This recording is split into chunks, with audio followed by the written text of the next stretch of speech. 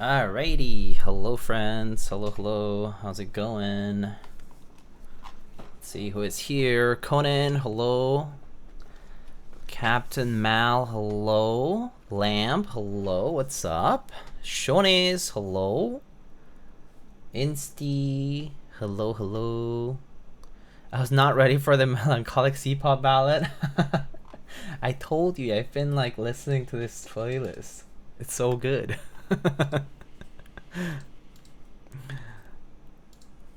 Hubert, hello. Thanks for the 24. How are you doing?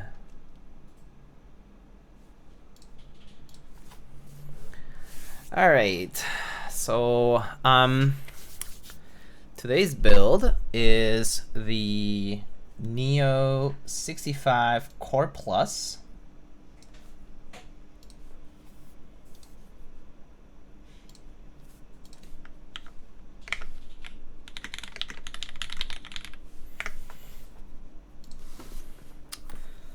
Which is right here.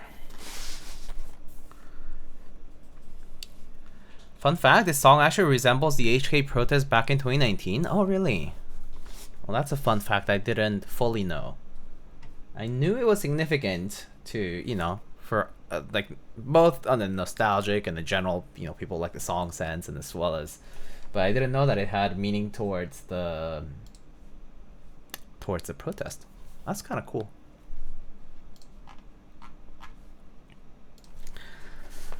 Anyway, hope you're all doing well. So let's see what we got here. So we got our, you know, Neo case. Just came in the standard Neo small keyboard bag. Comes with kind of neat, but it comes with the stabs as well as a plate fork, which is pretty cool.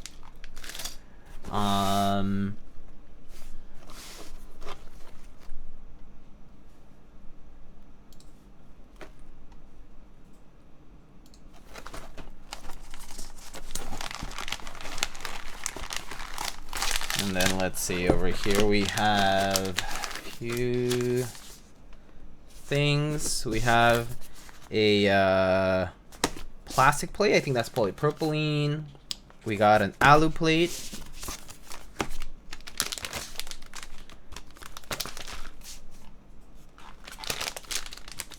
And then we got, let's see, the PCB here.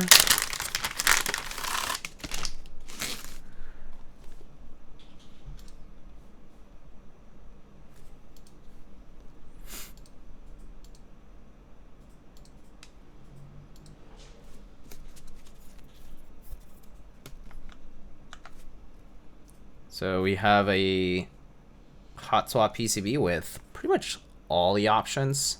7U, 625U, ISO, regular ANSI. We got foam. Sorry, getting distracted by this nightcaps thing. But it looks like it's done. Then we have bump-ons. Then we have hardware. I think that's for the hot swap stuff. And then we have two mounting methods. One of them is nothing beats a Jet 2 lightning stream before bed. We have O-ring, and then we have, I think these are like the little button gaskets. Oh yeah, look, kind of neat.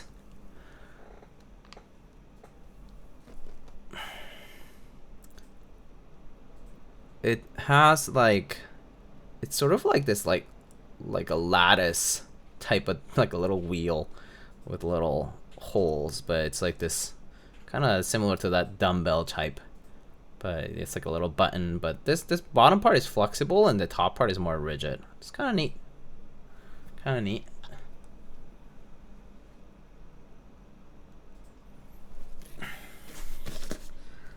Okay, I'm gonna put those just here so I don't lose them. Cut so softer than the previous. Perhaps. And for the unit, I got just a standard black one. black with a brass bottom.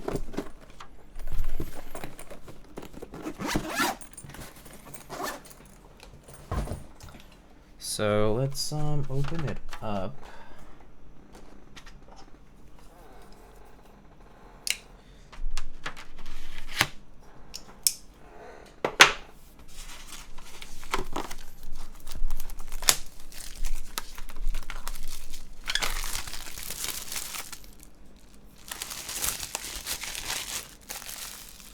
So it comes with a case foam inside.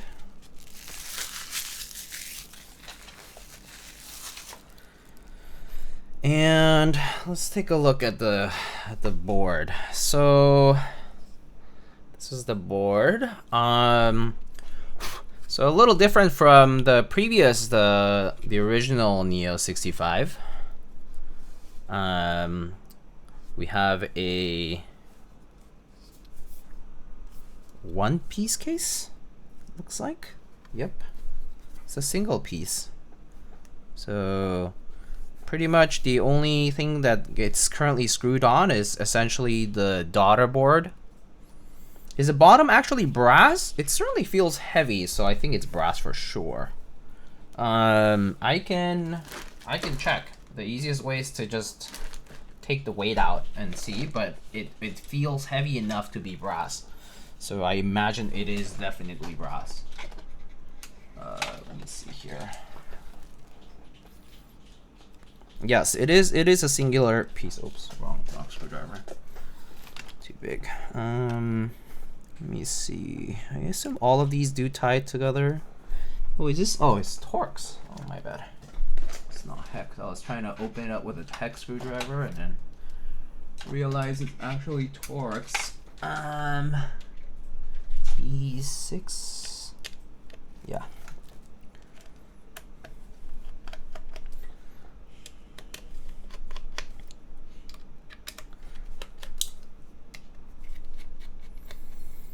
But yeah, we can actually take it apart so you guys can actually see what it looks like at the bottom.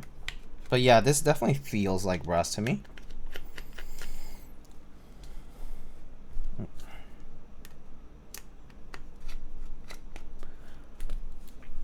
Oh, I should have added the link.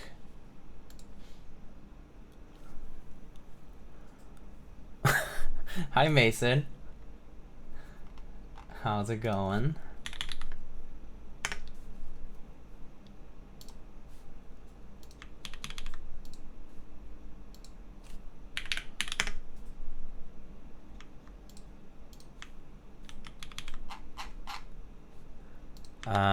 Let me put this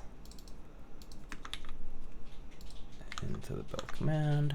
Here's the link for the Neo65 Core Plus. All right.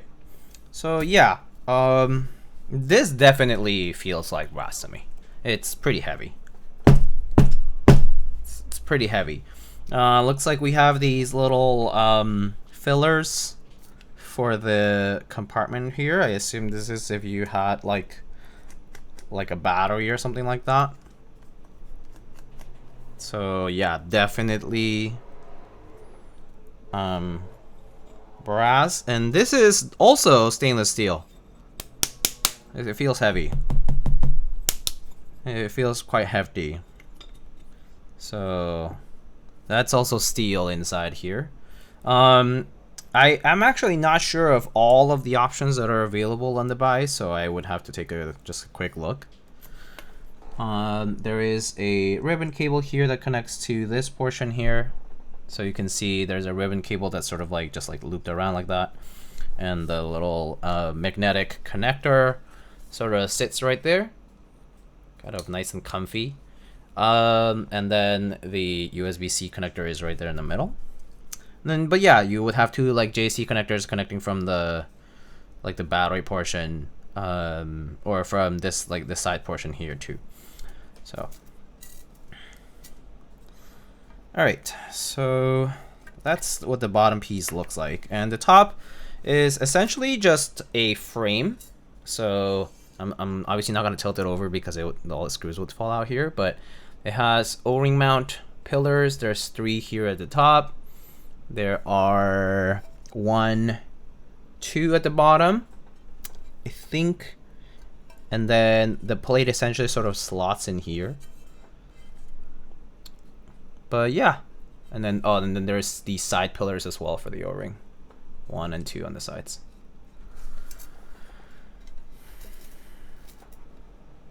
With that weight, there might not be a battery, but it is a battering ram.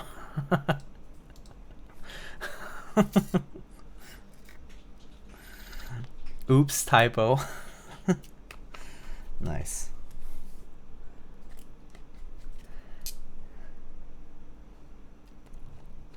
A buttering ram.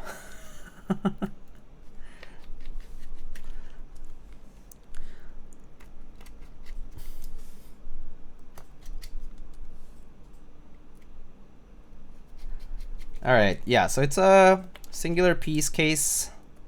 I can take a look. Let me look at the product page here. So, so here, Neo65 Core Plus. So the unit we have right now is anodized black brass weight, and I think ours is a wired hot swap PCB. And let's alu plate. So that's $135. It's pretty good. And I was reading that, let's see, this went live today, and batch 1 fulfills in basically a month.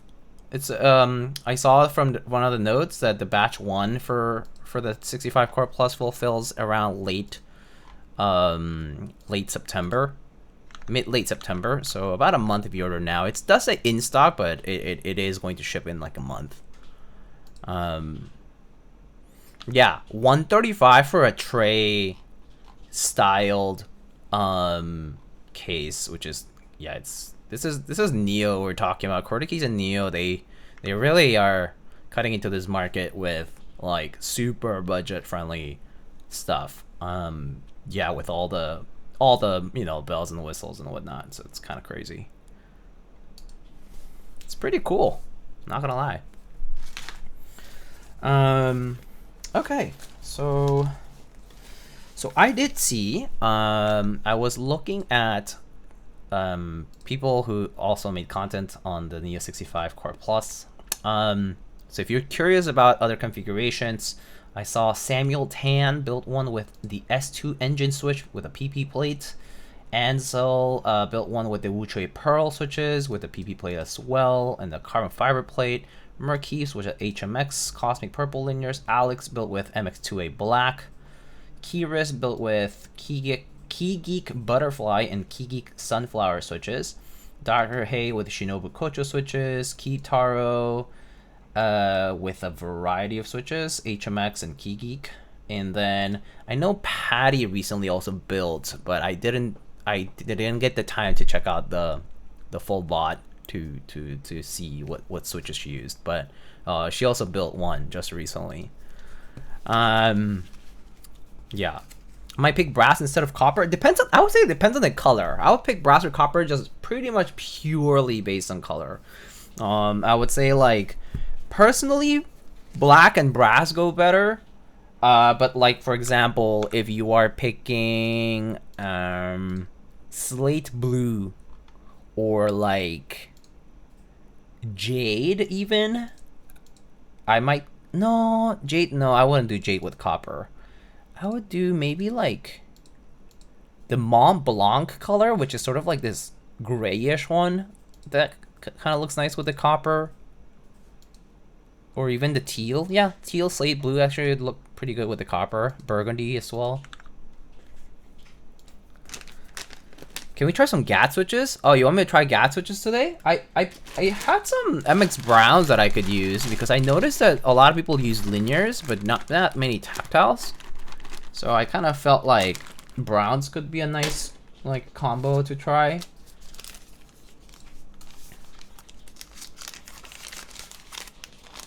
If you guys are into that.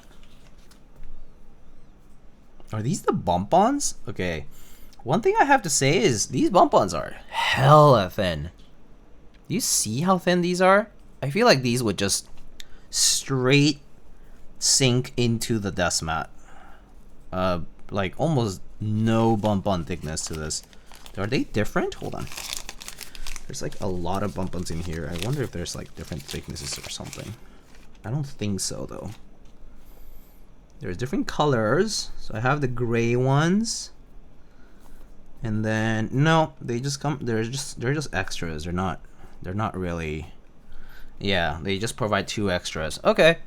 I think these bump ons are kind of thin. I personally would prefer it if these like weight having keyboards honestly had thicker bump ons, because when the board does sink into like a desk mat or even just like sits on the desk like this and it's not thick enough, it doesn't really offer neither the protection nor like the isolation it needs from the desk itself. Like if you are kind of like listening to it, like you might hear it become very like thuddy sort of sounding, and so thicker bump ons I personally would say it's more advisable.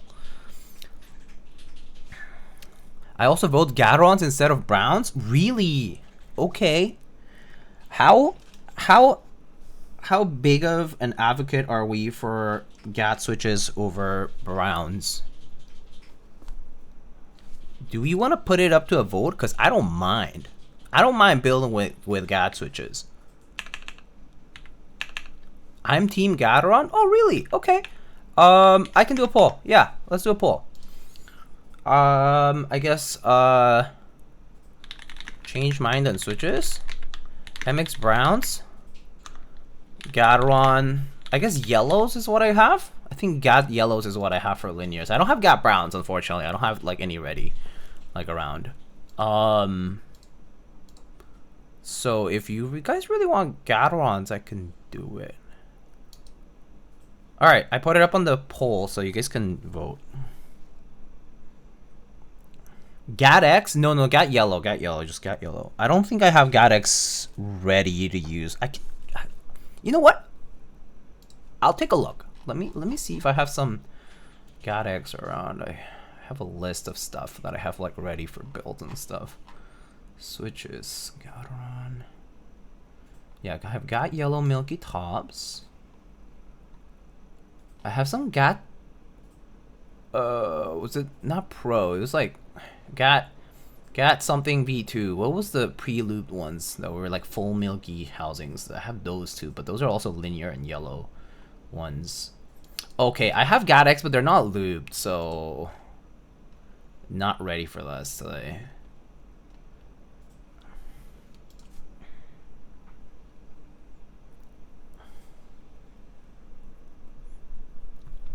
Not Simon's favorite switch again? Wait, what's Simon's favorite switch? Is it Gat Yellows? I mean, Gat Yellows are a lot of people's like go-to cheap and easy to get switch, because honestly they're solid. Yeah. I want HMX Rain Dance Refraction Matcha 9000s. If only I could find the unicorn of that. That would be awesome.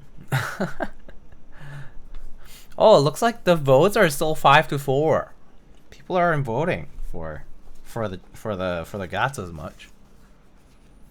Cause I'm in, you know, I'm into both, you know, so either is fine. Okay, let's do foamless today because I do want to see how it sounds without it. So let's do foamless for the build. Plate wise, I haven't yet chosen. Are you guys doing this on purpose? It's tied. It's 7-7. Draw means Gateron wins. What? That's unfair to the Gaterons. I mean, to the cherries. Perfectly balanced. You know, if I had 2 PCBs, that would be great. Cause then I'll do like Gat and the alu and the plastic with the browns or something. But I don't have 2 PCBs for this, so it's too bad. Have browns, have yellows is the obvious solution. You know what? Let's just do this build as quickly as possible, and I'll try to like. How about okay, yeah, sure. Let's do this like fast. Okay.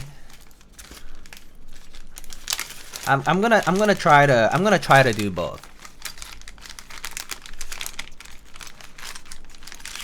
But I think I need to take out the gats from the DK160, so I think some of them are there. But okay, let's lube these first. Okay, so layout wise, I'll do full backspace. Full backspace 7U. That's 7U. Yep. And ANSI. Wait, shift, enter, backspace. Oh, I see. They provide pretty much the exact number I need, huh?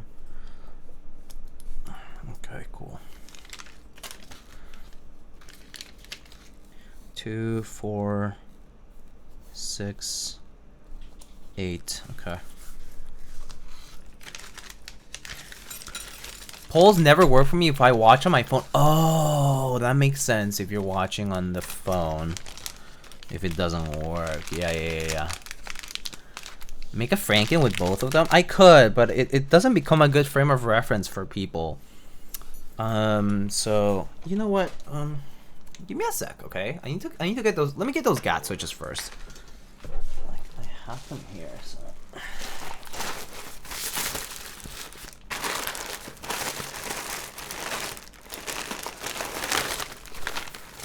I have some here, and then I think the rest of them are in that build.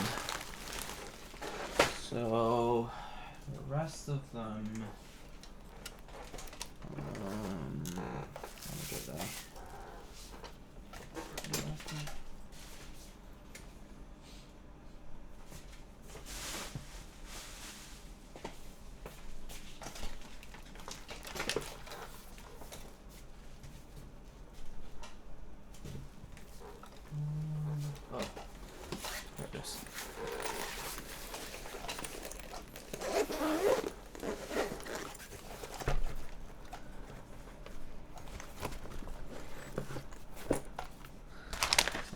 Okay. So, I have some more GATs here.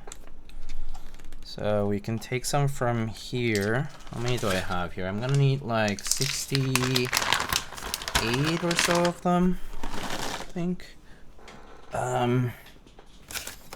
So I have 2, 4, 6, 8, 10, 13, 15, 19, 20, 22, 24, 26, so like 40 more. Okay.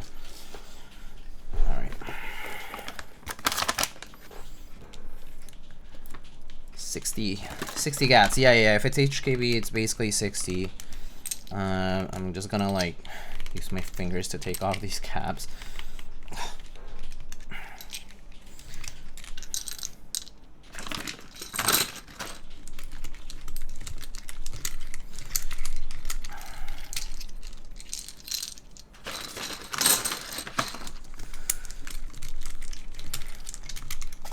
One, 2, 3, 4, 5, 6, 7, 8, 9, 10, 11, 12.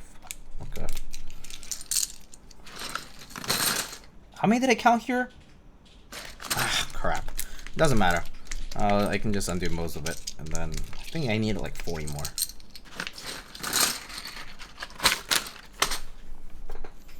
Lost my count, but it's fine. Where's my switch puller? All right. So we'll do some GATs.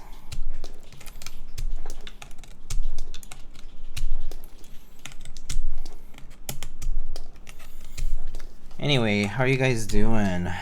You guys have a good week so far? This week's been pretty busy for me, like in every regard. But on fun news, I went to, so my last stream was on Saturday, right? On Sunday, I went to play tennis for the first time in like, I feel like that was the first time I played tennis in like 20 years. basically, because I remember I took lessons when I was like a kid, and then yeah, so went to take like a beginner's class basically because I just don't remember anything about tennis, and it was really fun. It was very fun. So probably gonna try doing that every week and going to play some more, and that'll be fun. What are you gonna do with the long weekend? Play tennis, probably.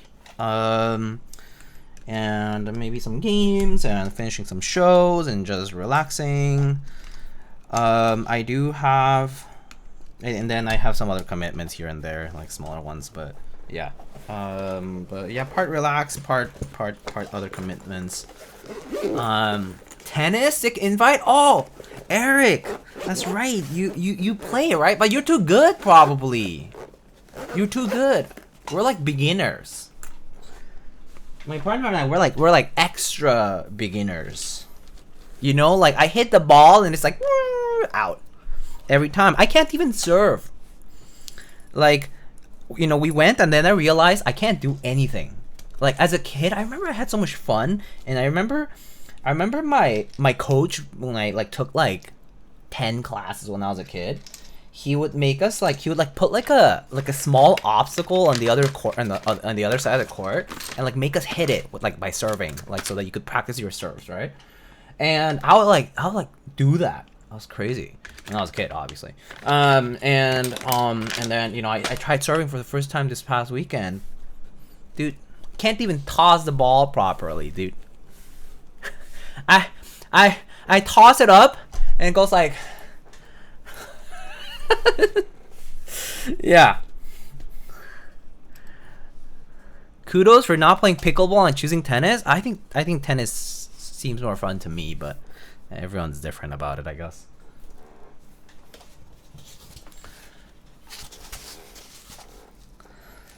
All right, we got both Gats and cherries now, so we can do this. All right. All right, let's get the. Just throw the ball like it's baseball, but the weight is different from a baseball. Also, I don't really have any exposure to baseball either. By the way, I did not grow up in the U.S.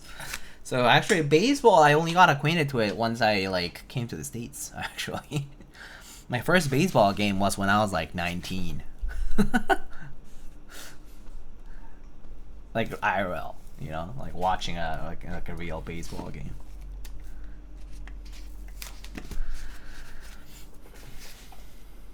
Eric came down from his 220 Central Park South penthouse to grace us. Real. But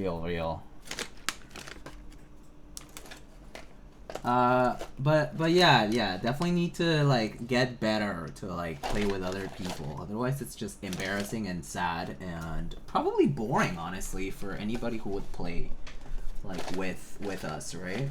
Because okay, well, another thing is, so where the hell is my brush? Another thing is, so at least in New York, the New York City parks pass to use the courts, the season pass is like $100 per person. And obviously also the season only lasts until like a certain time, like it's like between like April and like Thanksgiving essentially. So it's like if we get the season pass now, it's like kind of hard to get the most money out of it, because you know it ends in in November, which would have to go like several times a week to really make out of it. 10%, yeah, 10% off with New York City ID. Yeah, I'm aware of that actually. I did take a look at that. But yeah. So we'll have to go off it to make the most out of it.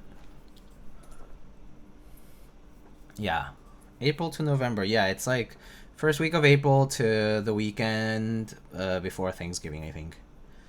Yeah. But yeah, it's already like basically September, so we were like, do we just pull the trigger? Anyway, yeah, we suck at it, so it's gonna be a bit till I get to like properly play with other people.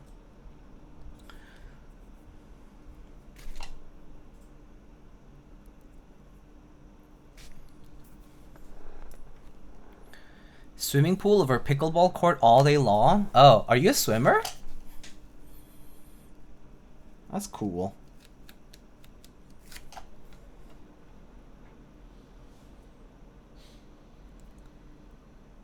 Swimming is fun, yeah, although I can't really swim like distance. It's very tiring. Swimming really does use every single muscle and like it's very, very hard. When I see people do it, I'm like, yeah, now that's training instead of just splashing around. Pickleball is easier entry for sure versus tennis. Oh yeah, for sure.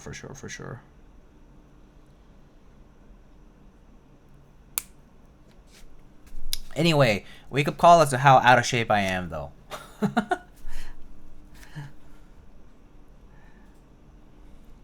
I was just like bouncing on my legs and I was like, this is tiring. Doing nothing is very tiring.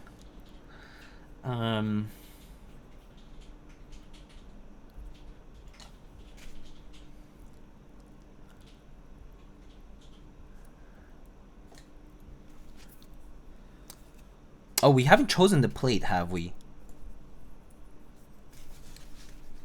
We can pick a plate and just stick to that for this. So let's say, I mean, I got the gats here, so let's do the gats first, and then I'll switch over to the cherries.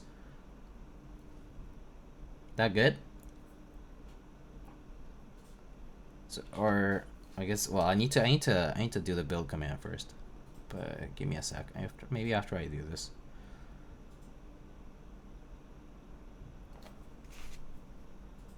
I don't think I have any mods in the chat, do I?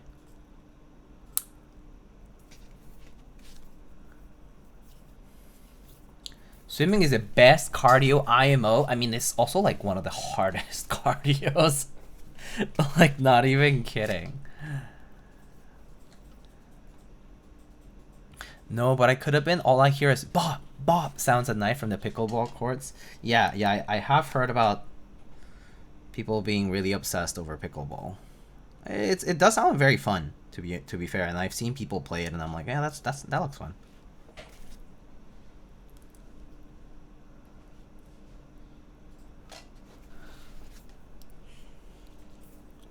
Shake my SMH mods are slacking.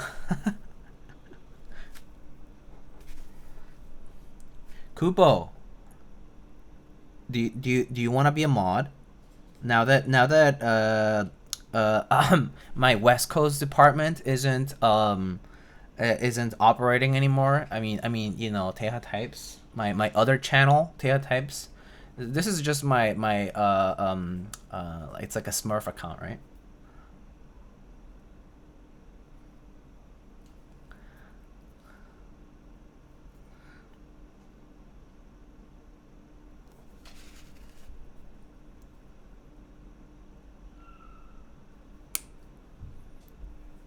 This song is so good. It's a classic.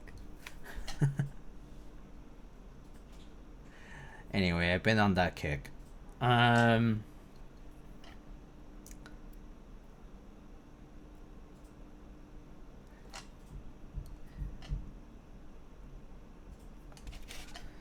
whoops. I looped this without actually prepping the housing. Give me a sec. Fine. I'll mod you in a sec, Kupo. I just need you to edit the build command, really. It's really not hard. I think Twitch the bots automatically give you access if you're a moderator in the chat, right? Because I think you have to like log in with your Twitch account. But I think you can do it from the chat window.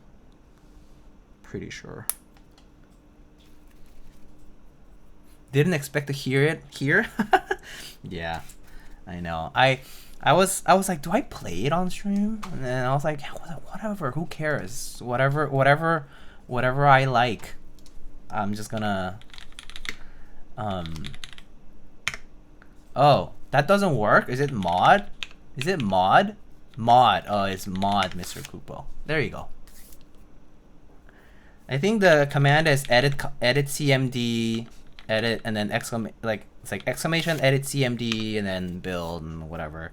But basically these are you know, Gat Yellow's milky top switches, lube with 205, 65 gram springs, and then I need to do a poll, I guess. I'll do a poll. Let's say what plate? Gat Yellows, then cherry mix brown. It's PP alu. No, they're just regular yellows, pretty sure. Oh, you almost got it, Mr. Kupo. Edit CMD goes together though. Almost there. Also, the plate isn't chosen yet, so I guess you can wait until the plate's done, and then you can debut your janitor powers. I know. You're rusty, right, Mr. Kupo? You're rusty. It's just that you're rusty.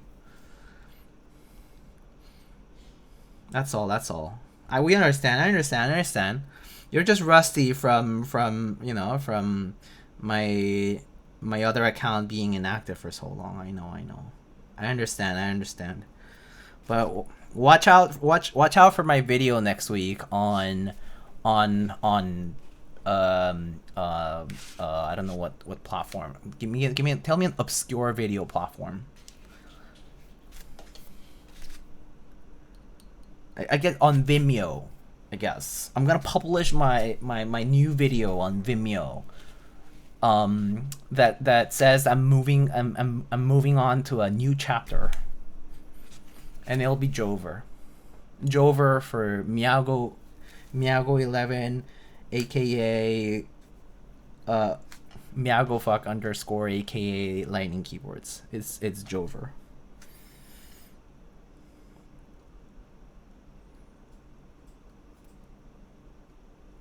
Also, Hubert, are you here? I saw your message. I have not responded to you. I will respond to you, but I need to figure it out.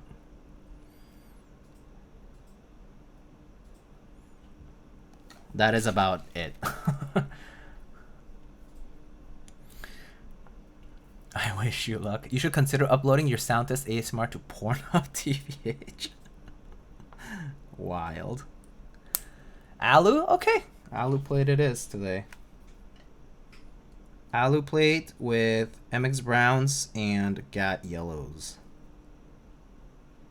Sweet.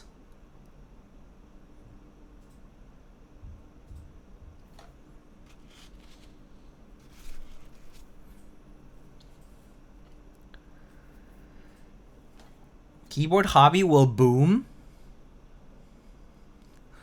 I don't want to know the boom that will occur after that happens. I don't want to think about it. I need the rest of this playlist. Is this the ladies playlist? No. It was that one dude on IG who like posted. I mean, well, I only found out later. So a friend of mine sent me the playlist, and I was like, oh, that's a good playlist. It's a lot of songs, and they're all good. And then he was like, oh, a friend sent it to me. And then the friend was like, oh, I was sent it to me by a friend who found it on like an IG reel or whatever from this guy who like goes in his car. Yeah. Who's like real ones will know type of deal. And then that was that. It was like from some kind of IG reel, and I had no idea. But here's a playlist. But yeah, these are all bangers, dude. That's what it is.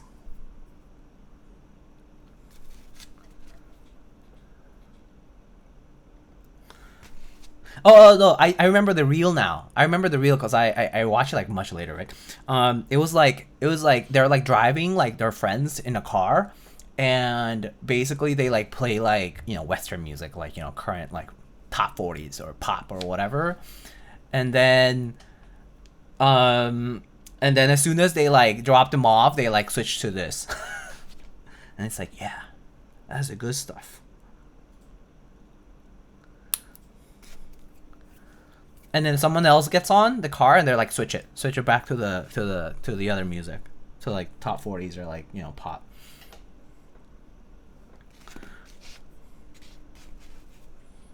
New podcast episode incoming, something like that, I think. Yeah.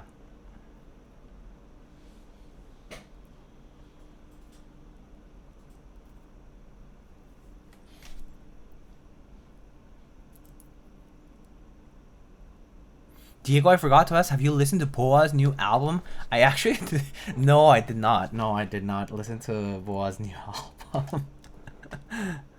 Did we talk about this already? No, I don't think we have. The queen of K-pop? No, I don't think we have. The black bottom milky top yellows are indeed KS3 X40s.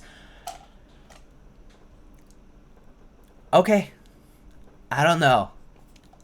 You know when I bought these milky yellows? I bought them like... These are like old.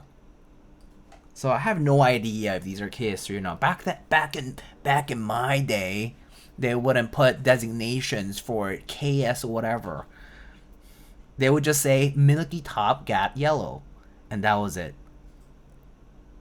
But I'm fairly certain they're not X. That's all, because I don't see the little X mark on the bottom of the switch housing. Vintage, I don't know. They just sat for a while. But they still have like a you know, like I was a little skeptical because they're older, and I was like, but like, you know, I would mess around with the housing, and I was like, oh, it's still like doesn't feel like it really needs any films, because that's one thing about like some switches. It's like some of the older gen switches, I guess, they like the housing wobble is kind of like pretty bad. Not all, but you know, some. But I think Gat switches generally okay. Some definitely worse than others. Like the Telios I built with like last weekend. Like those, yeah. Once you open them, usually I personally recommend film, because not as tight as for the housing.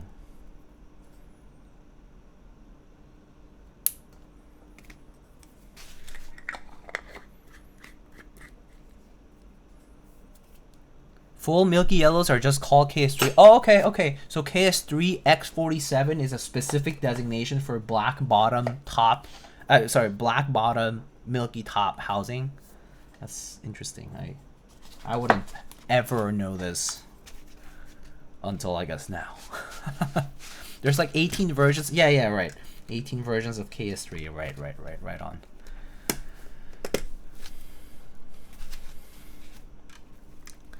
I was def jamming these before I found Western music.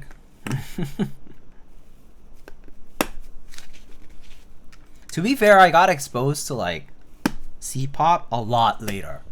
But I love it personally, even though I don't even speak the language, you know. Just calls to my soul. Good music is good music, you know what I mean? I also realized that I can technically build playlists, but since we voted for Alu, let's do it.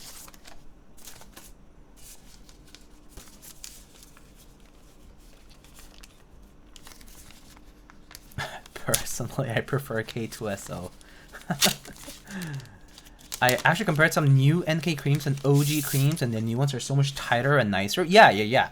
Like, that's the thing. Like, switches undergo, like, small but meaningful, like, iterative changes over the years. And, like, you know, they're not announced or anything. No one says, like, none of these menus are like, oh, yeah, we, like, changed our, like, switch housing wobble, you know, like, tolerances or whatever. They don't really say anything like that.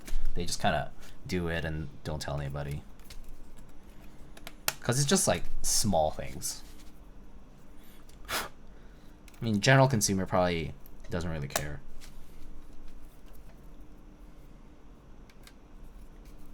Oh yeah, this song is cute. It's just...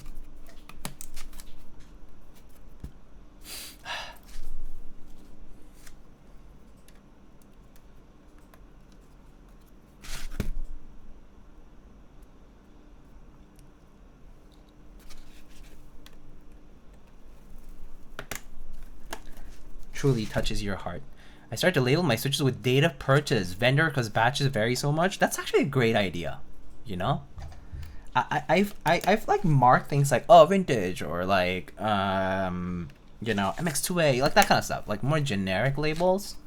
But date of purchase and vendor, I never really like kept track, because I was like, well, if the switches just feel good and I'm using a batch, you know, with itself, like I just keep the batches together, then it won't matter, right? Like I'll just use that batch and it'll be fine.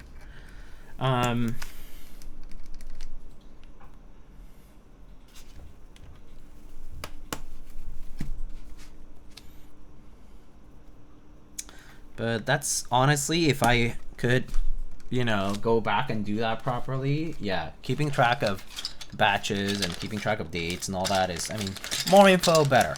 Just really. I wouldn't really advise anybody to do it though, because it's just like kind of it's just like an extra step, and it's not like crucial. It's like, how many are you building and how many of these batches are you keeping? Like, you know.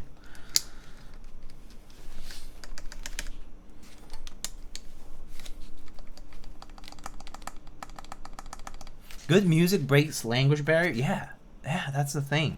I listen to a lot of, especially I would say in college, my college years, I got really into like world music in general. So like, you know, it could be from traditional, you know, it's also because I got into, back in college, I got into playing taiko, like Japanese drums, right? And so naturally I got into like, you know, music from all kinds of ethnicities and all kinds of countries and whatever. And so, yeah, I was like, why does it matter that I don't understand it? But obviously, you know, if I don't know something, I'll like look it up. I'll try to. But yeah, good music definitely breaks any barrier like that one. A bop is a bop, yeah.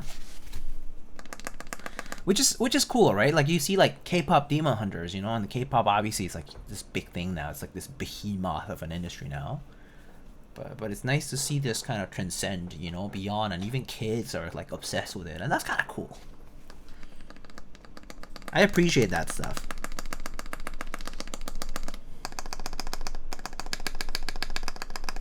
Okay.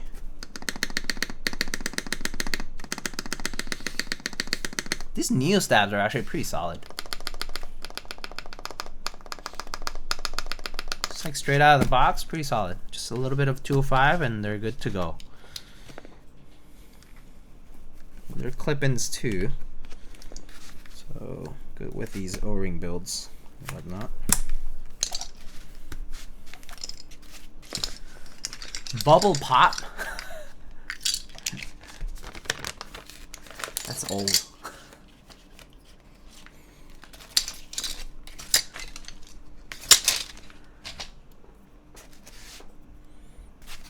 Alright, cool. Now that's done. And let's get this rest done here.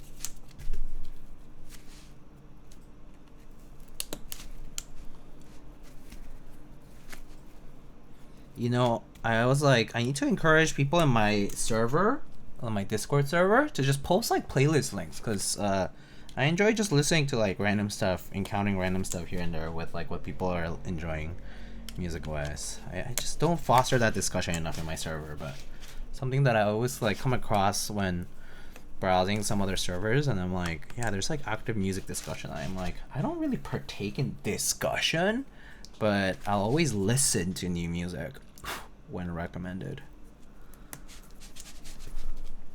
It's like I don't really like ask too many questions or talk too much about it. I'm not like the type who is like, oh, do you like keep up with all these things and like, you know, and then like discuss all the releases and blah blah blah and the events and this and that. It's just like good music. Just send it to me. I'll check it out.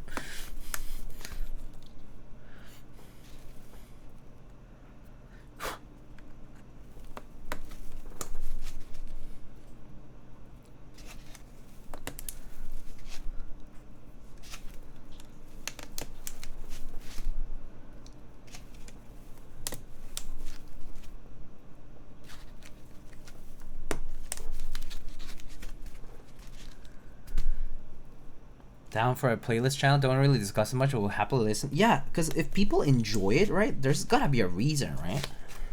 It's like, I don't care if you don't share why you enjoy it. Like, I don't care if you like, you know, you got the rec from your whatever, you know, like friend, partner, or ex, who knows, dude. I don't know.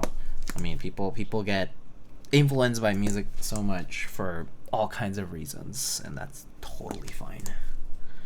I just want to listen to more out there.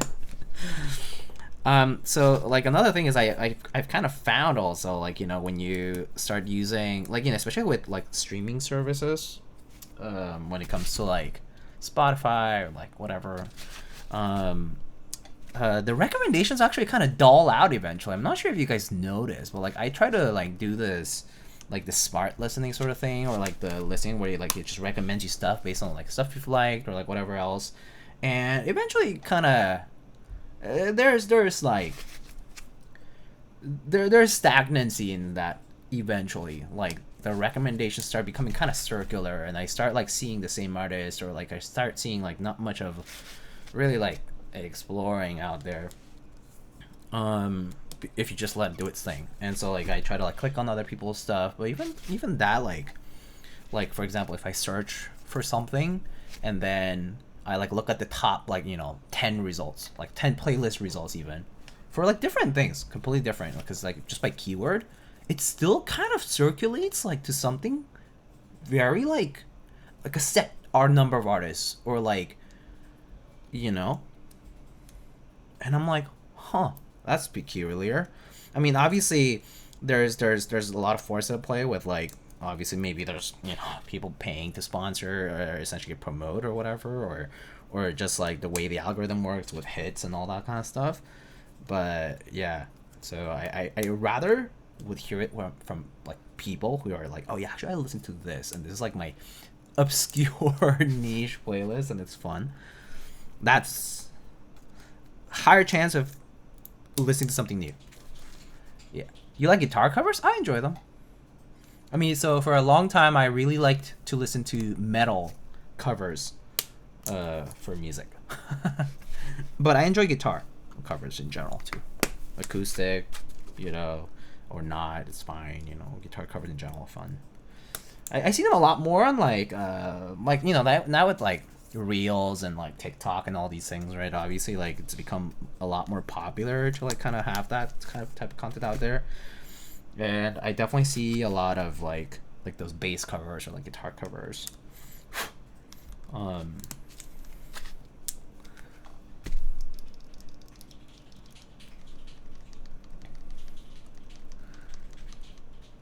Music theory, my Canto X. My recent nostalgic earworm is Lemon, which is done by this little known artist Kenshi Yonezu, which has this one song called Kickback. Yeah, my Spotify will just keep recommending me the same stuff it has before. Yeah, it just doesn't make sense to me, but it happens. It's just kind of how it goes, I guess, with these services. Eventually, it just kind of goes. It's a little stacked with that. I need a couple more switches, so I'm gonna grab them from here. Holy emo Diego, yeah. So my formative years, I was definitely more into like metal and like punk and like alternative and that kind of stuff. I would say I had phases. Like in middle school, going to like high school and through high school, I listened to a lot of that. Listen to a lot of like rock in general. Kind of like starting from like the more like emo and like punk and like alternative and whatnot, and then in high school I sort of transitioned more into like classic rock actually. So I really got into like classic rock, and into like just like more like indie or like experimental and stuff. And then in college I had my EDM phase, of course, because it was all the same time. It all happened around the same time with EDM, right? Like EDM kind of rose around the same time, and like I got really into trance music for a bit too. So I would listen to a lot of like State of Trance, and then later I kind of like got out of being really into like following music, so I kind of stuck to like the stuff I already liked, and then I really got into like instrumental stuff. So I really got into like the whole world music thing because of my taiko background, and then I just kind of didn't really follow many like new things. And then since then, I've just kind of like listened to like whatever I find, as well as like old playlists I have and things like that. So I always look for new stuff. I wouldn't really call myself as someone who's like, oh, this is my favorite genre or this is my favorite artist. I don't really have that. I think back in those days, like during those phases, I would say I definitely had like more favorites and whatnot, but not really. No. All right. So looks like this is done. So let's start with the O-ring first.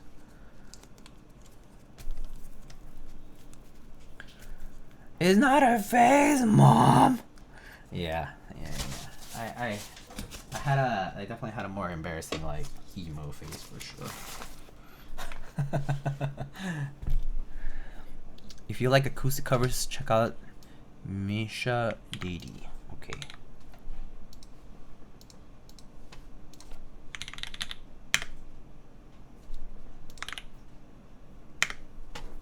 Saved. All right. All right. So O-ring. So I assume. Oh, that's kind of neat. So look at this. So typically the problem with one-piece cases, singular piece cases, is that with the blocker you usually get this part usually gets milled out as a singular block. Come on, focus. But as you can see, they actually cut this piece out for the O-ring to actually go in there. So it doesn't, the O-ring doesn't get unevenly stretched around the blocker. So here, right, I can point it out like right here. Oh, there it is. So right here, your O-ring actually goes through. Typically this just gets cut, flat, entirely flat. And you basically get your O-ring stretch around the blocker like this for 65% especially. But it looks like here you actually get it through the whole perimeter, which is pretty nice. Hey man, it's gonna be an odd question, but do you have Spanish Mexican roots by any chance? Please don't get this in the wrong way, you just sound familiar. Yeah, I do. Yeah, I was actually born and raised in Mexico, so I do have Spanish or Mexican roots because I lived there like 18 years of my life.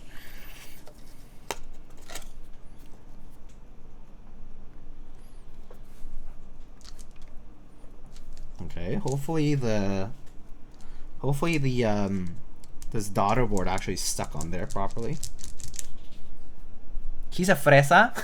A little bit, actually. A little bit of a fresa. For sure. For sure. Mucho burrito. Okay, that works. Okay, cool. Sweet. I think that, yeah, that's working. Okay, cool. Oh, it's like weird. Hold on. Okay, there.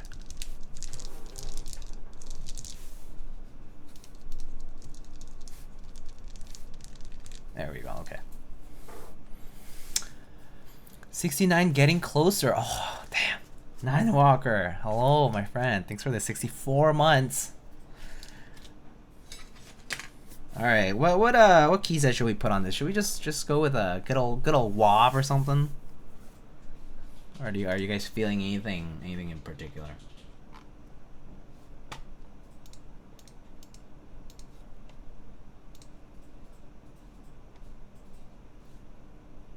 You have French wob? Yeah, I do. The Blanc sur Noir. Yeah, I do.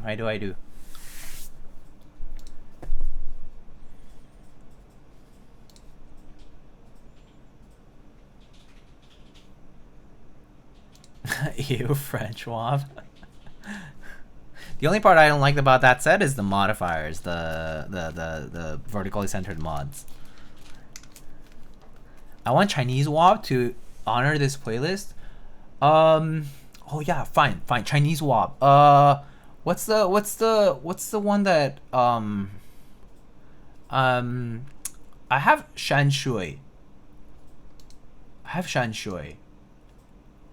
That's a cool set actually. I haven't used that set in a bit. I put in a board and then I think I put a different set on that board, so it got displaced. But I have it over here. I can put Shanshui. All right, I'll be right back. I'm gonna go get that.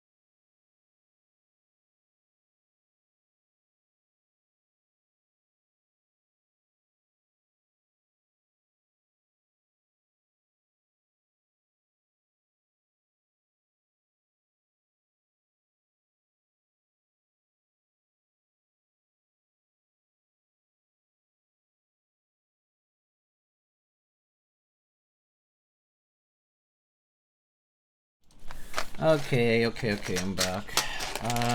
So Shanshui.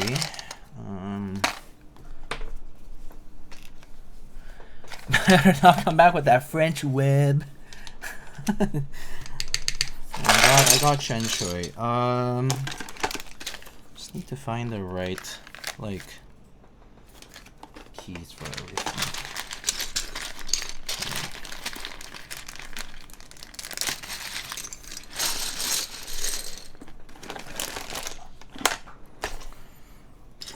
Okay. So let's see.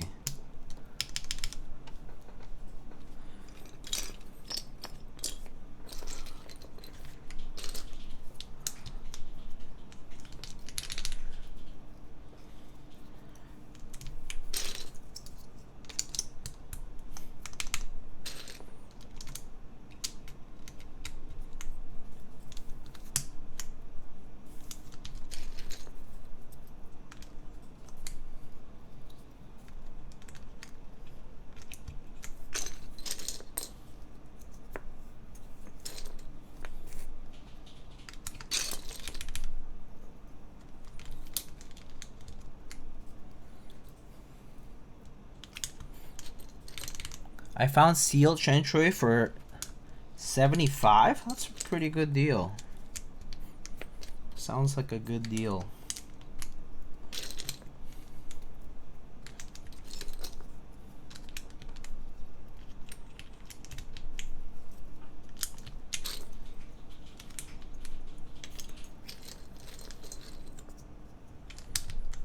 All right, someone quickly tell me which of these is supposed to be control and which of these is supposed to be alt. I think that's control and that's alt, but I'm not sure.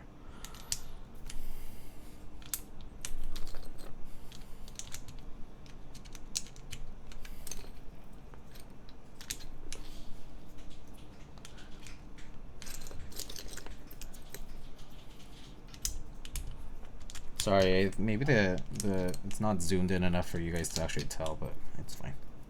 I'll figure it out in just a sec. I'm doing these OP blacks to lube my Corsa. What?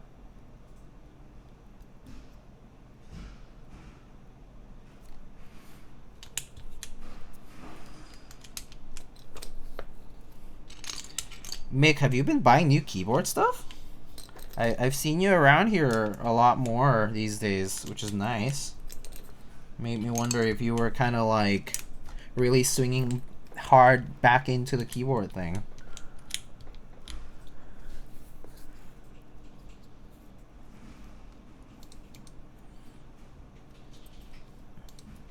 I took a break, but now I've been pulled back in. What's interesting for you?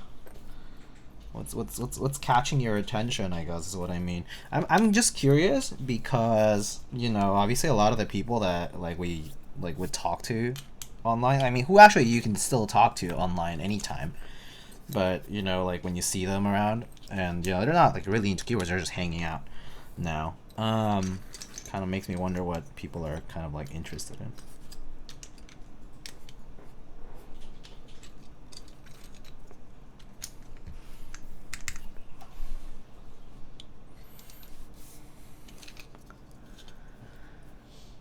Drew is on strike demanding a living wage.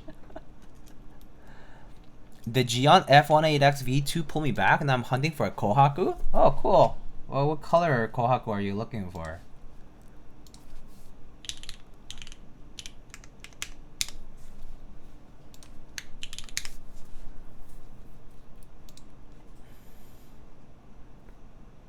Is horizontal switch breaking keycaps a myth? My friend told me so. I'm gonna say it's a myth.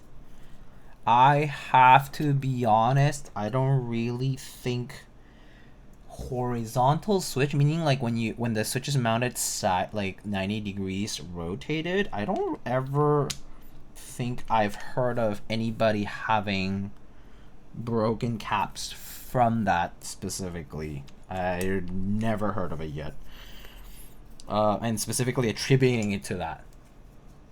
But I mean, honestly, your guess is as good as mine. I don't think. Yeah, I don't think I know the answer to that. Okay, so then.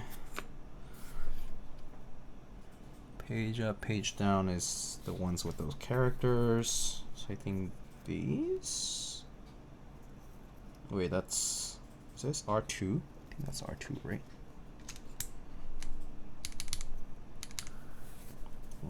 Where's R3? Page down. And then R4 end is not this one. Wait, is it? Oh, I think it is, actually.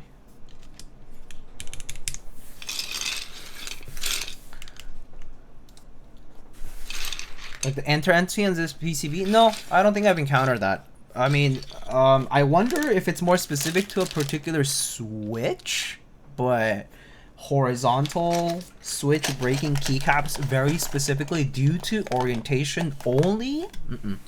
Never heard of it before. I would rather there be separate PCBs for anti and ISO. I mean, I do agree. I would prefer also different SKUs for everything, but I think because it is possible, just engineering wise, to have multi-layout PCBs, there's no like strong reason not to do it, honestly. It's just, you know,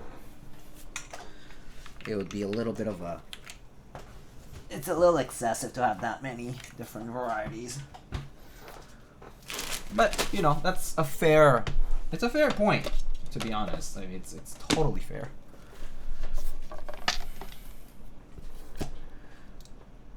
Diego, you should really check out a mainland singer named Jo Shen. Okay.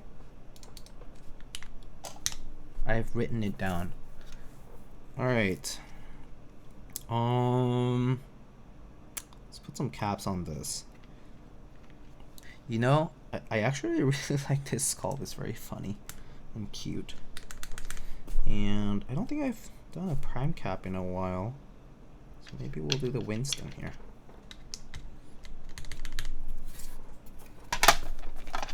Alright. Okay. My friend reasoned that the MX stem is asymmetrical. It's not an equal cross shape, but rather the top and bottom are longer than the left and right. That is true. But breaking what cap specifically from which manufacturer and what key switch were they using? It is true that the dimensions of the MX stem are a little different, like horizontal versus vertical. That is actually true. But them specifically breaking keycaps because of it, I haven't heard. That could easily be attributed to that, at least. Like no causation there that I've like ever heard of.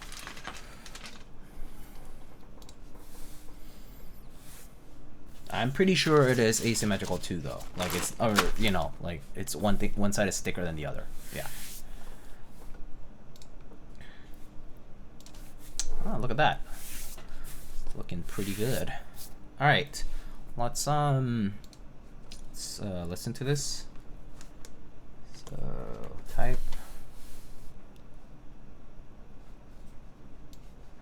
But yeah, it will matter like what keycaps. What switches, all that stuff. It just, there's a lot of variables for sure. But let's say like a standard, like GMK sets or something. ABS double shot sets like this. Specifically, and like most switches I generally haven't heard. If anything, I feel like there's a lot of switches whose stems are kind of loose as well. Thicker, not that many. MX clears maybe. There for a while, like those box switches had that problem, right? But yeah. Okay, I'm gonna move the mic.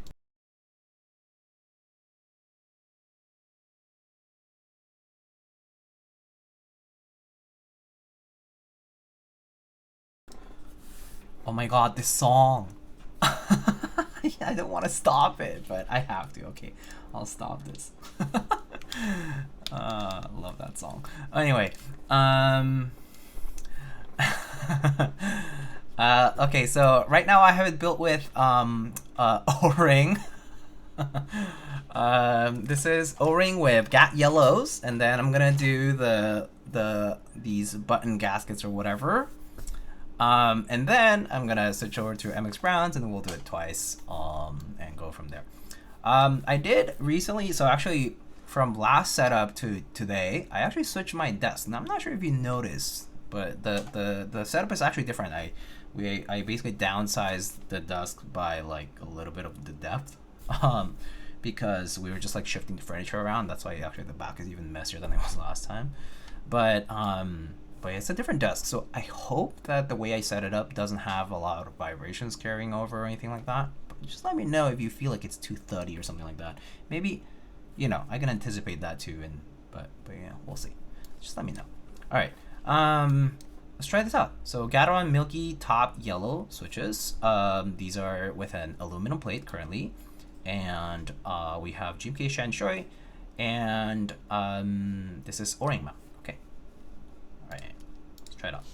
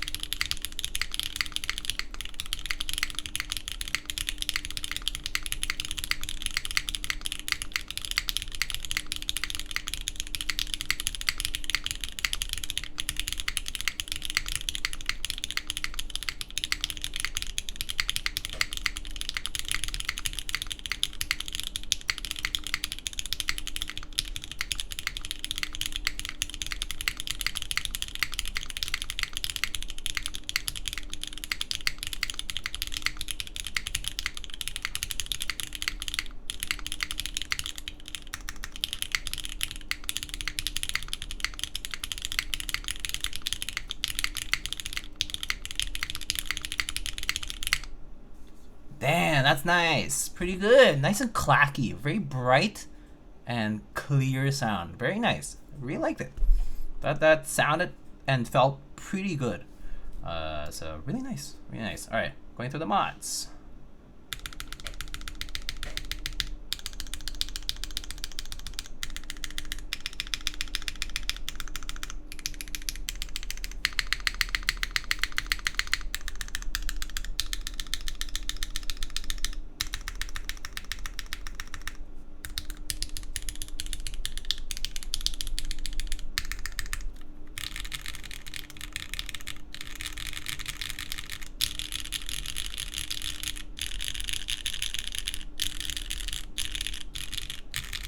I don't really hear resonance on this board, by the way. Nice hefty brass bottom, and not much space on the interior of the case. No foam, actually, it sounds good. It sounds solid. So pretty nice. Let's switch it over now to the little gasket mounts, these little thingies, and go from there. In the meantime, let's listen to this goat of a song. Gonna raise the volume on that.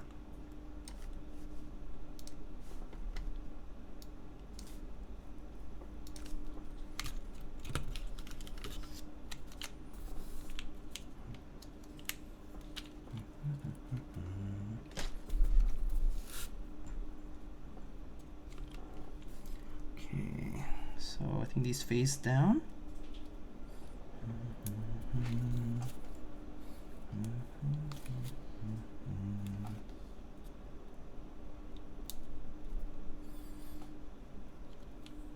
This song is so meme to me. That's fair. That's fair. That's fair. That's fair. That's fair.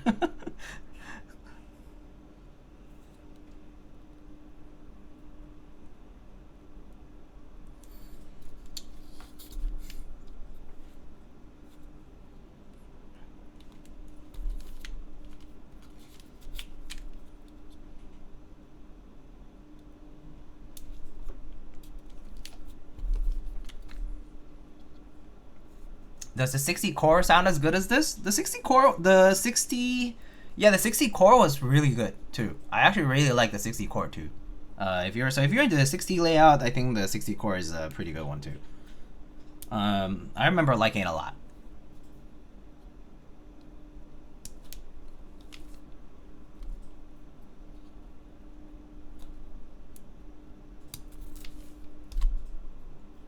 Okay, I think that's all the gaskets.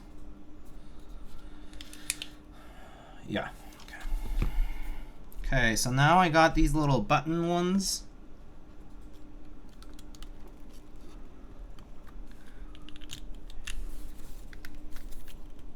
Making sure they like properly fit this thing. Okay. The 60 core with that new key snaps is fire. Oh, I haven't tried those. Those are the Nux Rose ones, right? The Nux Rose guy. Is it co-developed with Geon? I actually don't remember what the specific thing about the development of those were. But those things I haven't tried yet. The key snaps. They went on Divinity, I think, but I didn't get to buy any.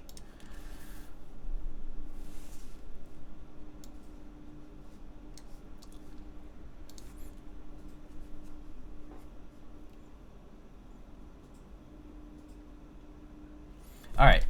Let's try this. Now we got the gasket mount, or like I guess like point gaskets. Lube plate, Gat Yellows. All right. So lube plate, Gat Yellows, point gaskets instead of O-ring. Okay. Let's try it out.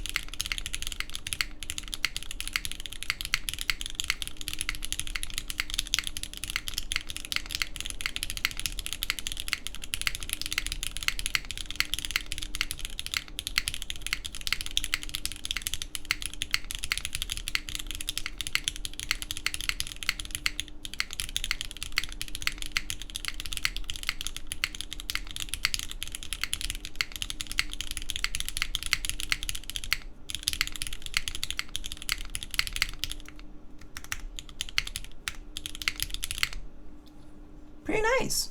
Kind of similar, actually. I have to say, between O-ring and this, the difference is not like humongous. I can still hear quite a lot from the switches themselves and the plate, right? Just like the general build. But yeah, maybe a little bit like, yeah, a little brighter, maybe. Just a tinge, but it's not like a huge difference. It's still a form of gasket mount. It still sort of relies on being on top of the case and kind of using the walls on the sides as a little bit of added friction and whatnot. But I do think the alphas on this sound a little bit like more cohesive with the spacebar sound and everything. But it's nice. It's solid. I don't hear resonance. I actually expected it to be more resonant. I remember the concern I had with the little bump-ons, very, very thin bump-ons. And with this, you know, my setup, I expect it to be a lot more like vibration 30, like resonant or whatever. And for that to really travel into the mic and like for you guys to like pick that up. But it's sounding pretty good. So very nice. Very nice. And the fact that this is like $135 or whatever, it's crazy. Like, I wish this was a thing like earlier in my time in the hobby, but like it's crazy. Like, such a good deal nowadays for kits. So it's so good. It's really, really nice. All right, mods.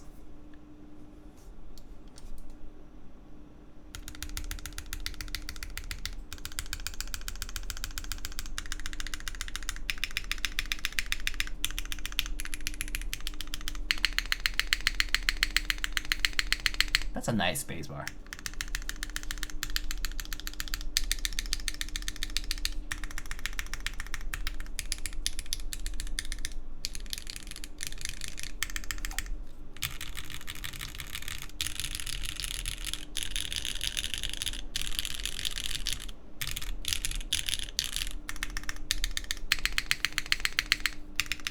That's really, really clean. Very, very clean. How do you mod Neo stabs? Same as I do most stabs. I just applied 205 inside of the insert, 205 on the wire, just enough, and then clip. That's it. 205. That's it. Brushed 205 on the surfaces. I mean, specifically on the insert and the wire. Clip them in. Boom, and then just put them onto the PCB. Edges still suffer from being gasket mount? Yeah, I do agree with that. Yeah, definitely hear a little bit more of the case and kind of like more shut down on the edge of the case, which is different from like top mount. Top mount kind of gives you that like roomier sound on the modifiers especially.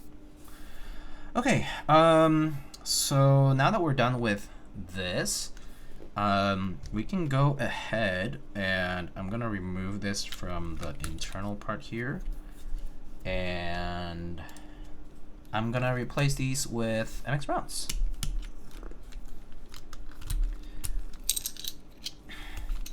Classic Lightning 205 G0 for all stabs. Yeah. I use 205 for all stabs. Like, I'm not even kidding. I don't really. All I do vary though, and when I do stabs with different brands is so like, for example, more notable differences are going to be like cherry stabs and stabies, for example. Stabies and TX tend to both have a little bit more of a tighter tolerance, so I use a little less lube on those. Cherry tends to have a little bit more of a looser tolerance. I mean, brand new ones tend to be pretty nice and like snug, but sometimes they can be a little bit like roomy on the inside of the inserts. And so for those, I might be a little bit more generous with the lube, and also a little bit more lube on the sides of the little inserts, like the part that touches the housing, because those have a little bit of that extra scratchy sort of sound, just you know, the way the plastic is made, I guess. So for that one, I tend to be a little bit more generous with the lube, but it's not a huge difference, I would say. Okay. So let's try MX rounds. Also, hi, Patty, hi. Thanks for the Prime sub. Thanks for the 49 months. Hi. How are you? Oh yeah, Patty, you built this board recently, right? What do you end up building with? I didn't get time today to check out all the VOD. I built it wrong? What do you mean you built it wrong? What happened? Like, did it have a problem or? Oh, I didn't do a side gasket. Oh, these guys? But the O-ring must have worked fine, right?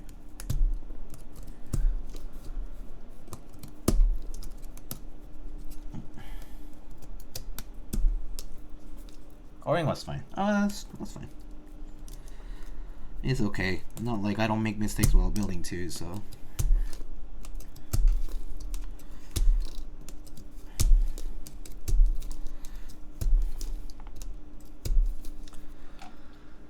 A bit more stiff with them on? Yeah, that's fair. Although, at least for the sides, unless you're like really hitting the like closer to each edge, I guess you wouldn't notice it nearly as much.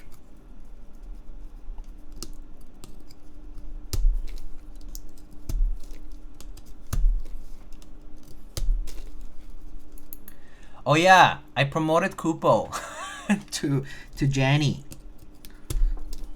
Is it a demo? But it was only because no one was here to change the build command, so I was like, Kupo, do you want to be a Janny? To what? Moderator. Honorable moderator. Oh yeah, and now Mr. Kupo can fight Soren and Drua on emotes.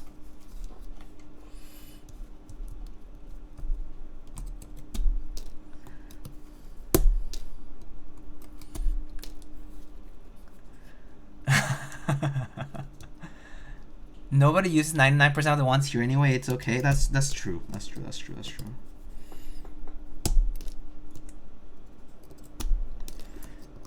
I think the ones used the most are buh and yo and hello and I don't know. Also to be honest, if someone doesn't want to do it, it's totally fine. I figured to ask Mr. Kupo because Kupo is here like every stream pretty much. I don't think I've rarely missed seeing Mr. Kupo here.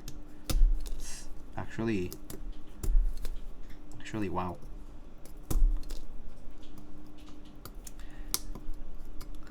And also Mr. Kupo has you know, a stacked resume from my Smurf account, Teha Types, you know, my Smurf Twitch account, Teha Types, you know, a West Coast department, you know, just has some experience from that, so you know, has some favor there, some favorable. Teha typed. I did notice. Did the server name change? Is that permanent? I think I saw that, or maybe I was imagining it. Was that the case?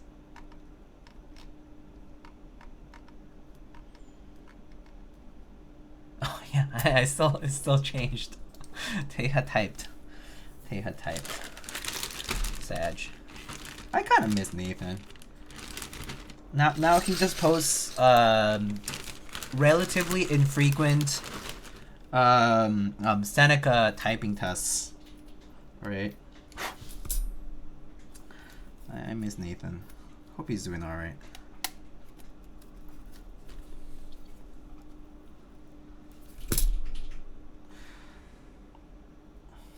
Oh yes, Mr. Kupo. So here I have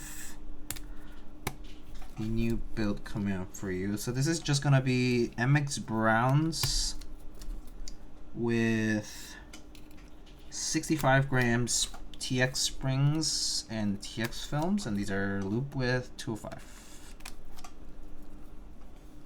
Yeah, basically almost the same. Pretty much just MX Browns is like the difference. Not really much of a difference there. Otherwise, Teha does business. Yeah, Teha invests. Really.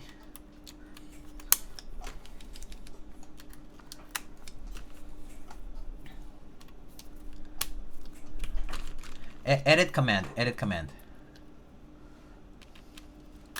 It's okay. You'll get it the first time. Next time, Kupo. Edit CMD. Yeah. I'm still being onboarded. Yeah. You know, onboarding takes like a week and a half. This is like or you know, for the students out there, this is like the first lecture. You know, you just cover the syllabus. If you're a professor or a TA, you just get asked how much of the grade is the quiz or test, how much they're worth. Because if you know that homeworks are only 10% of the class grade, then who cares? Fuck those P-sets or essays.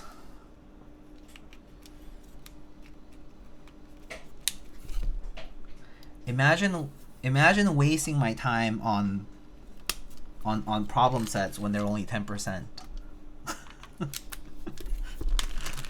Sorry, that was definitely what the way I was in college.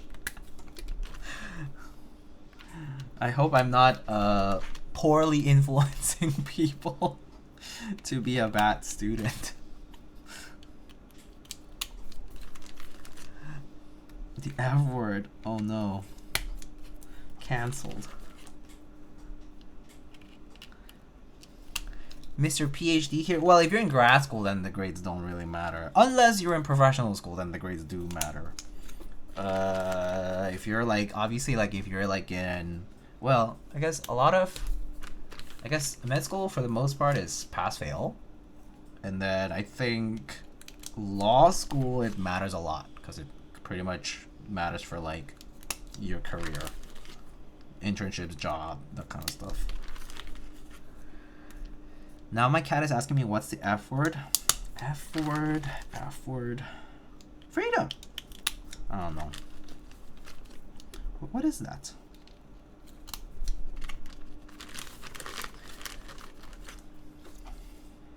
Free treats. Oh yeah, speaking of F word, it reminded me of and cats. So if you're in my Discord server and if you go to the pets channel, which is the Floofs channel, we recently set up a bird feeder on the balcony, and Kiwi has been like losing sleep over it. Okay, like typically like when we get up, he comes to the room to like basically beg for us to wake up to feed him, right? Like he's like, ah, it's like yelling at us and like bunting his head and like, you know, like begging for us to like feed him. But nowadays, like the past like few days, he like comes up, he says like ah, and then sprints off towards like to see because he can hear the birds, right? So he like sprints off to see whether there are birds near the feeder, because it's his favorite pastime now to just watch, like bird watching. So he's like too busy for us now. Won't even come to beg properly. And then like, you know, he normally naps like all day basically during the day. Obviously I'm not home like to see him, like, because I go to work, but like, you know, there's been days I've also had to work from home, and yeah, he's like awake all the whole time. He's like watching the birds. Like, this guy got a new hobby and he is enthralled by it. Watching the bird feeders, like us watching those 2-hour restaurant cooking. Yes. He is like super enthralled by the bird feeder.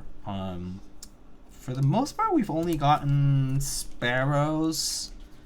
We've got a couple cardinals, and mostly the mourning doves. And then mourning doves are like, they're like mean, dude, because they're bigger. They just bully the sparrows out. So we see mourning doves a lot more because they just bully the sparrows out, and they're such gluttons. They just like eat all the food. But the sparrows do come by and like pick up stuff. But yeah, they sort of like line up and take turns. It's very cute. Okay, so very quick MX Browns already. We can try it with the little button mount again because we already have the gaskets on, and so it directly compares to your to the GAT switches. Pigeons don't even need the food in the feeders, they just do it out of spite. Yeah. I haven't seen pigeons much here specifically, like for this specific like time that we've had the feeder, but I can imagine. Yeah, but as far as I've seen, the doves have been the meanest of them all, kicking everyone else out, basically.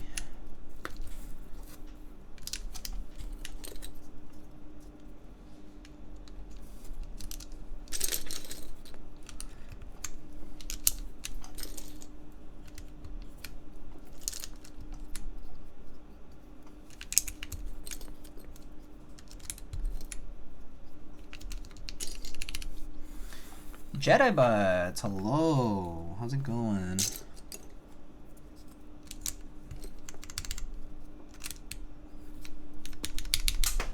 Oops.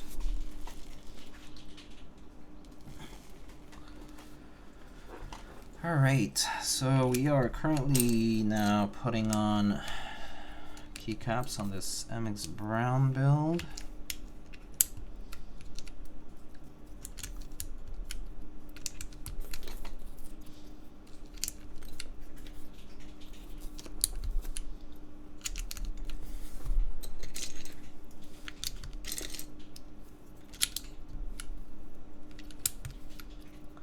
I have a question about this board. Didn't they already release this when the Neo65 came out, or just the CU came out? Yes. So it is like different, basically. I don't have the Neo65 CU on me right now, but it is different. So, you know whose video had a really good comparison and kind of like she also like states opinions about the board and stuff. Keyrist has a nice video comparing and also like showing the board and like comparing the different Neo65s. If I recall, she has like the 3 different ones. The first one, and then the CU, and then the current one, the Plus, Core Plus. But yeah, there are differences basically. I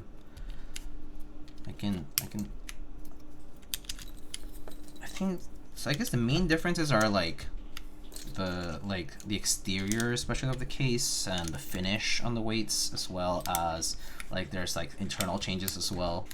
But basically, kind of made to. But wasn't it a core? There is also 60 core. Yeah.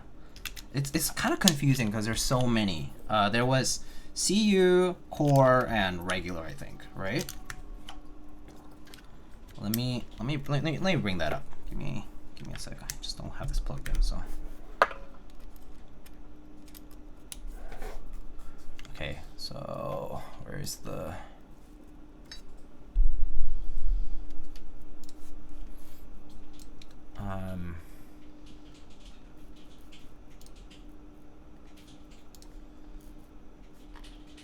so yeah, Neo60. There's right now there's a 65 Core Plus, which is the one I'm currently building. Then there's a Neo60 CU and a Neo65 CU. There's a CU version, and then there's a 60 Core. So 60 Core, the Core version, it was like it was also like a one-piece case, if I recall correctly. And this one was 60% only, right? It was like single, like simple clean side profile, and we're soaking edge, blah, blah, blah. Let me see here. Yeah, this one was also a single piece case. PCB gasket and O-ring mount similar to this one. And then the aesthetic of the Core Plus is different from the CU. So let me see if I can show this on the computer here. Yeah, it's kind of weird. The whole naming thing is kind of bizarre, to be honest. So this is the 65, Neo65, the first one. So this one has this like weight at the bottom, and it looks like that. And this one was like $80, right? And so, you know, they have, let's see, O-ring mount as well, and basically had like these shiny weights as well, but basically had this big rectangular weight at the bottom. And then there was a 65 CU, which basically comprised like a full bottom piece, which was either brass or copper. So pretty hefty, different kind of like essentially density to the case overall. And this one was the most recent 65% that they had, right? So this one came with a full copper or brass bottom essentially. And finally, the Core Plus, the difference is that you have an aluminum bottom, and then attached to the aluminum bottom, like the aluminum case rather, and then attached to the aluminum case is a brass or a copper weight, right? So I like showed it at the beginning, but basically, actually, well, I can remove this right now, but you know, I'm gonna try to remove this carefully. It's kind of hard to, huh? There we go. So okay, that should work. Yeah, so the 65 Core Plus has a full aluminum enclosure, like a case, like a full case, and then it's attached by screws. You have the weight, whereas the 65 CU had the brass bottom, like the whole brass thing was like the entire bottom of the case. Yeah, more copper than the Core, less copper than the CU. Yeah, so the 65 CU was like really like bottom heavy for that reason, because the whole thing was just like that. But yeah, the idea here is basically they're just trying to like refine on their findings and observations that people had and the customers had over the 65 CU, and release like a different version of it essentially.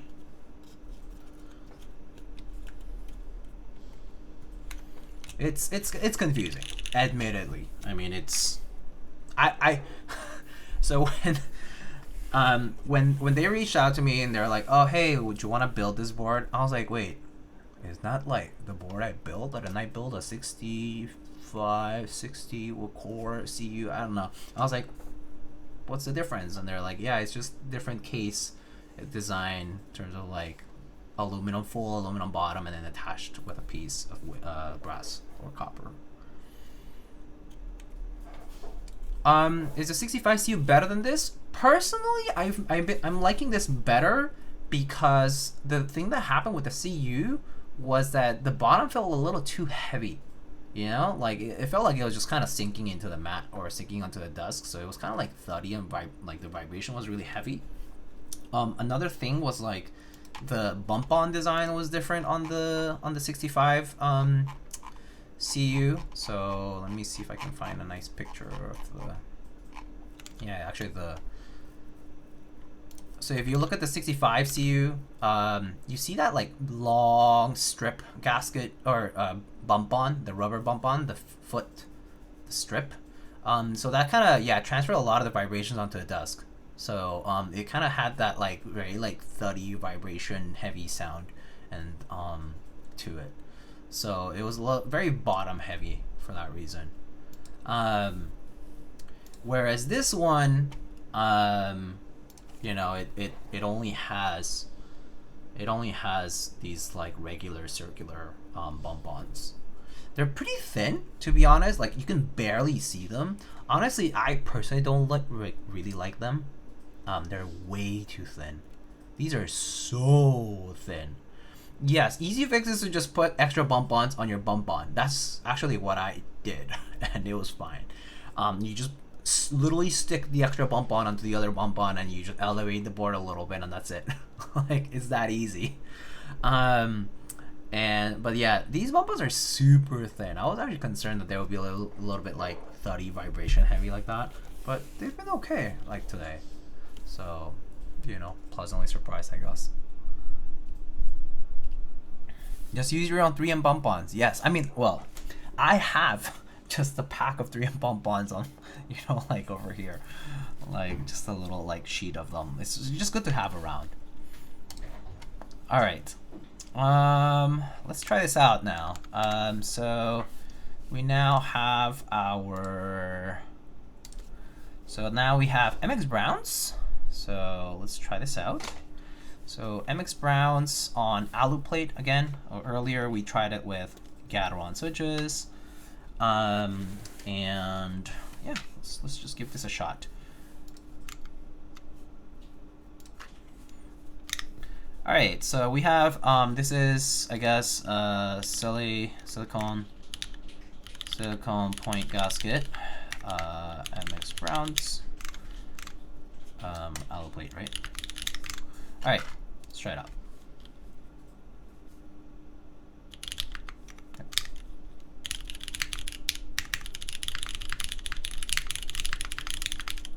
Oh, hold on, the spacebar. Okay, there. All right, let's try it out.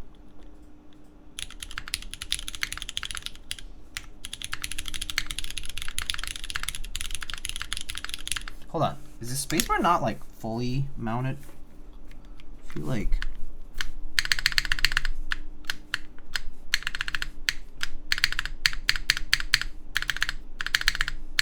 it sounds like off. Is it like hitting the case or something?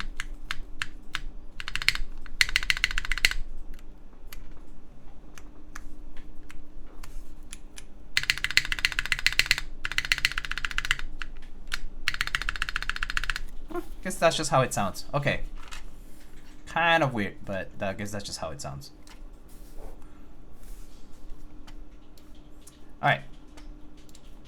Spacebar sounds weird though, right? Yeah, hold on. Let me remount the switch. I maybe think the switch might have pulled off earlier.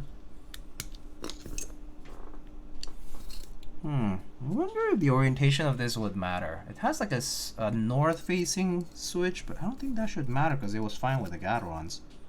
So, okay. Let's see. I guess that's just how it sounds. Okay. It's weird. Maybe it's just the combination of the switch at the spacebar position. We'll see. All right, here you go, MX Browns.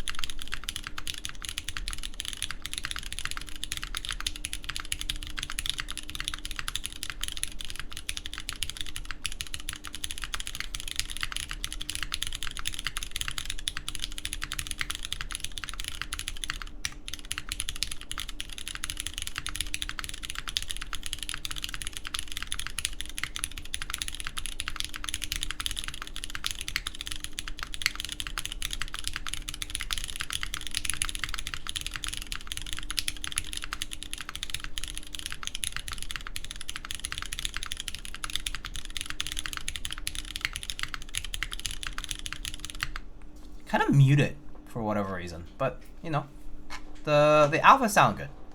They sound pretty good. For whatever reason though, the spacebar sound kind of muted. Not sure. I can try changing the switch. Yeah. So let me just put a let me try a different switch, and then like the same MX Brown switch, but like just a different switch. Maybe it's a switch, I'm not sure. Could be just the way it's lubed or something. But if that's not it, then I can switch it with a Gateron. And maybe that's what it is. No, that's pretty much the same to me. Oops. Oh, that's just my keycap puller. Yeah, the orientation of the 7U is, well, so I think it's because they have 625 and then 7U here. But if I switch it to the Gateron, let's see.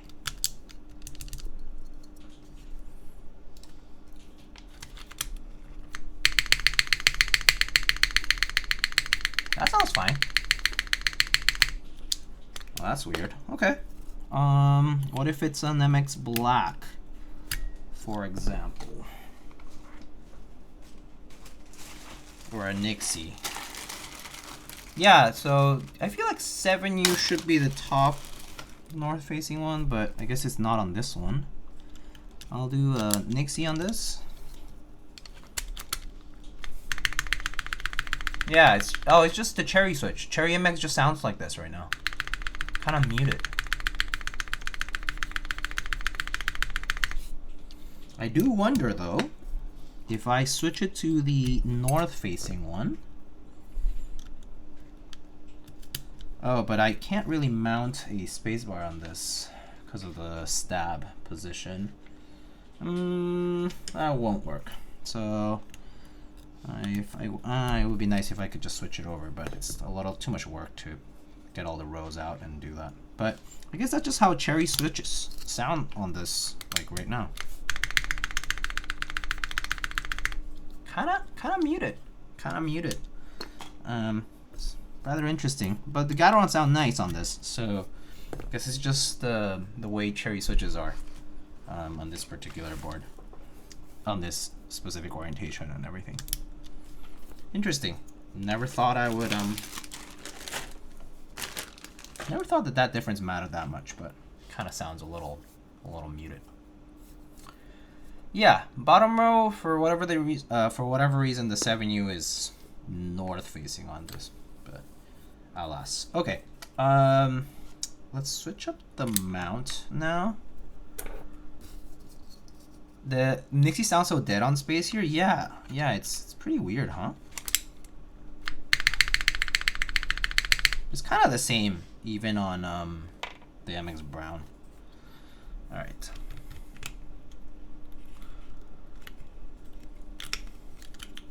Upstroke sound is dead. Yeah, Nixies also do have a much quieter upstroke. Or, yeah, a good amount quieter. It also depends on how heavy you lube the switches to. But I would say Nixies do have a quieter upstroke than like regular Cherry housings. Okay, let us switch it up back to O-ring. Alright, let's do this.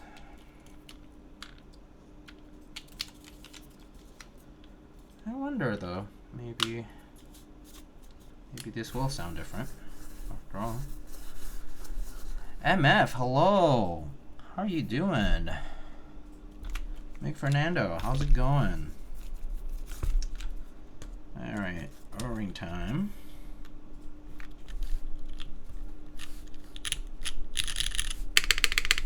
Whoa! Whoa, that's so different. What the heck? What the? It's the gasket. That sounds so different. That just like hits the case almost. What? What's going on? It sounds so different. What? Okay. Let's just try it out. I have no idea what's going on. Obviously, I'm kind of hitting it hard, but like, no clue. Okay. What's different about cherry switches? Okay. All right. It's really weird, but I have no idea. Is it like Gateron versus cherry dimensions being different, or what's the deal? All right. I'm gonna remount it just in case, like making sure my O-ring is in the right place. Okay, stabs look fine. Okay, everything looks okay. Making sure my O-ring actually sits on the pillars. Okay, maybe it wasn't actually slightly under the pillar, so I remounted it. Let's try it out, okay? Neo stabs. I'm using Neo stabs. All right, let's try it out. O-ring mount, MX rounds.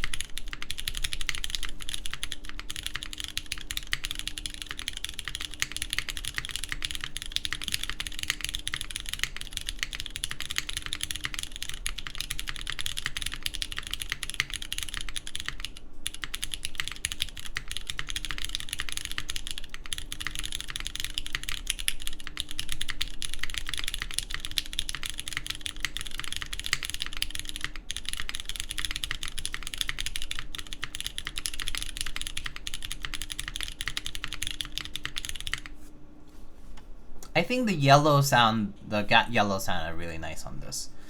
For whatever reason, the cherry it doesn't slap as hard as the Gats. Some boards just sound different with them. All right, going through the mods.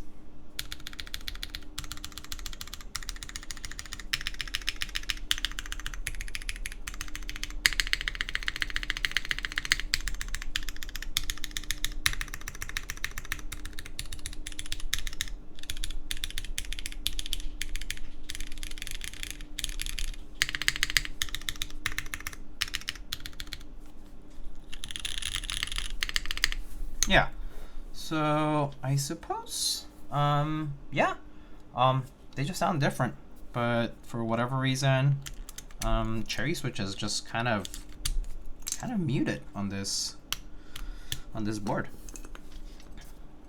Might be the switch, but I tried a different switch entirely. I tried this Nixie over here, and it was sort of the same. Oops. Yeah, kind of muted. But if I try a Gateron switch on the other hand, this one was like very nice and crisp.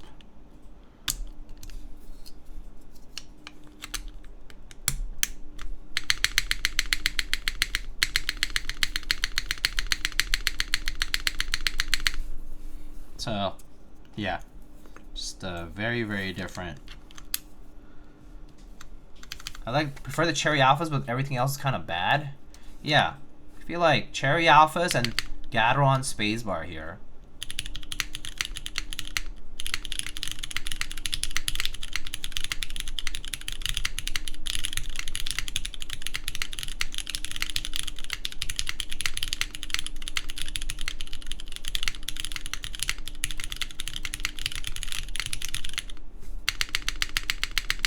Pretty nice. Yeah, the Gat sounds like pretty nice on this, but the cherry sounds kind of muted. So, interesting.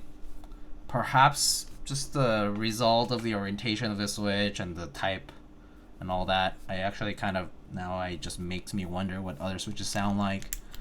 Like if I try like an O-ring, I mean like a, sorry, O-ring. Like a long pole switch, like what is that like? Makes me wonder, makes me wonder. I can try. Just a bit of cherry quirkiness, yeah.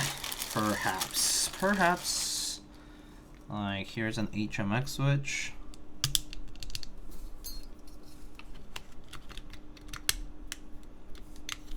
Oops.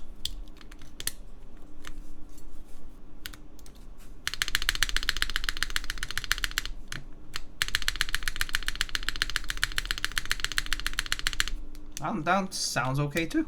So it's a little weird. Oh, spacebar stab was lifting up a little.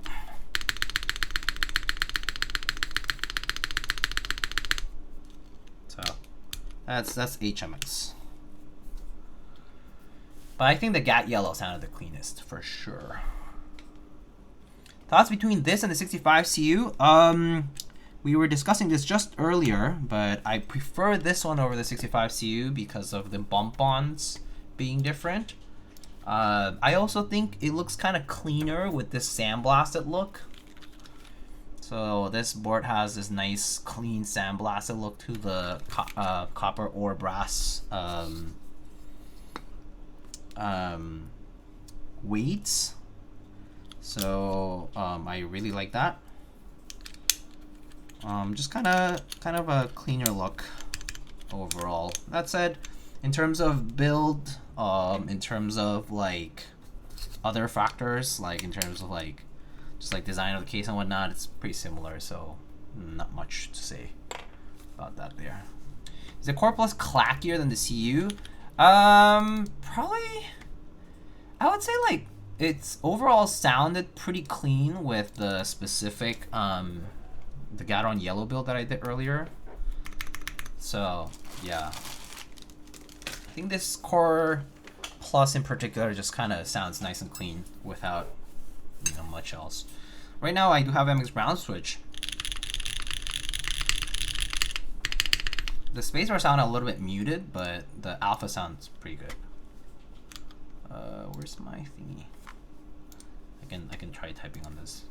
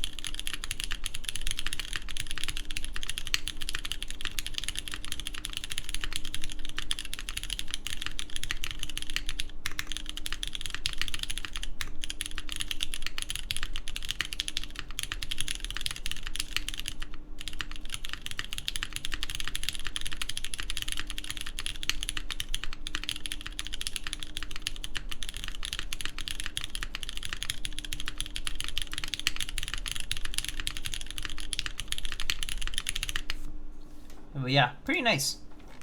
Pretty nice. I personally think it's a very nice board. Frankly, for 135 bucks, this is quite the deal.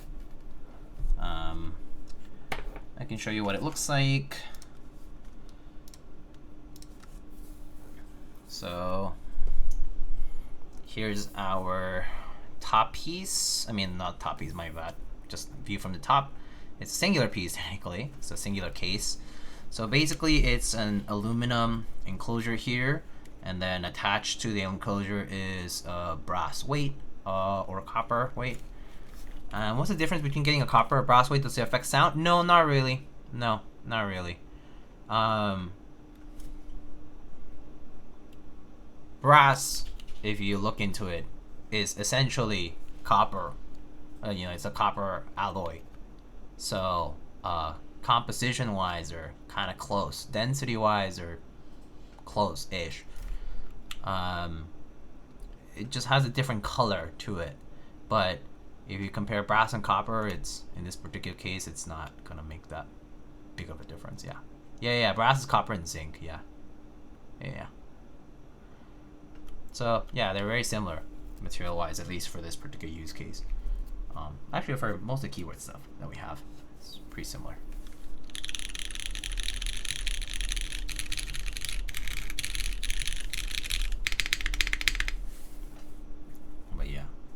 What about stainless steel? Stainless steel is a different material, so you just have to. The only way to know how it would differ is to try it out.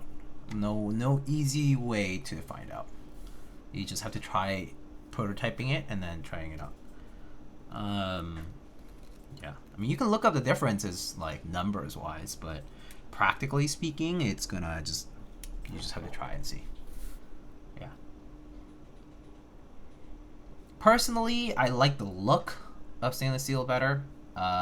Specifically, I like sandblasted or brushed stainless steel a lot more. But sandblasted brass or copper can also look so good.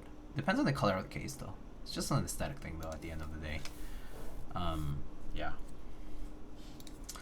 So yeah, there it is. Our Neo65 Core Plus. Very clean looking. If you want to look at the butt of the case here. Yeah, having high density materials with standard alloy helps eliminate resonance. So yeah, there it is. Neo65 Core Plus. Yeah, either of these materials, any of those materials will work in terms of eliminating some of that resonance and kind of like hollowness that you might hear from the alloy enclosure. So,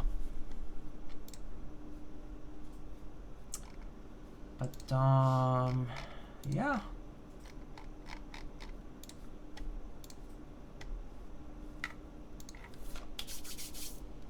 Okay, I suppose that's pretty much all I got for tonight. If you guys have any other extra thoughts and whatnot. But otherwise, yeah. Good night, Nine Walker. Thanks for stopping by, man.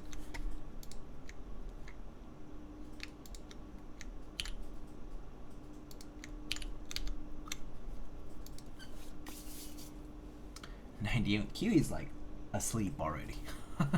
He's tired from his bird watching. It's a cutie. Let me see if anybody is currently streaming. I think I saw Kim is streaming. I see Godson is doing. Wow, Rumi is live playing Baldur's Gate. Haven't seen Rumi live in a while.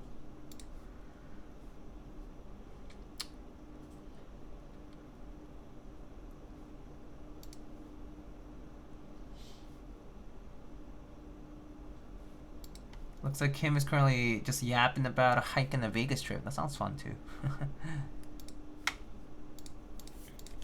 Alright, I guess I'll just wrap it up here.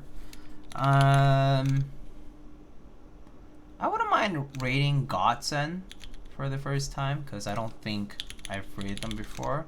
I've seen them live several times, but I think they're going to be done soonish too, so I'm sure they'll throw the raid over to somebody else. So we can go raid Godson. Show some support there for folks doing keyword stuff, but as always, I appreciate you all. I hope you guys enjoyed the stream today. Later this week as well, I will be doing the tofu TKL. I know that there have been some comments about the tofu TKL through Alex's stream, so I do need to take a read of that and see what's up with that. It was something about like the force break and the bump bonds and all these things. We'll see. We'll figure it out during the stream. But I'll take a look at that too. And yeah, we'll maybe build it this week. So that should be happening pretty soon. All right, let's go throw a raid over to Godson. But otherwise, thank you guys. I hope you guys had a good time. And I will see you all on the next one. Bye-bye. Good night. Thanks, Mr. Gupo. If you don't want this, by the way, you can tell me. I'll sign you off from the mod chip thing. Alright. So yeah, bye.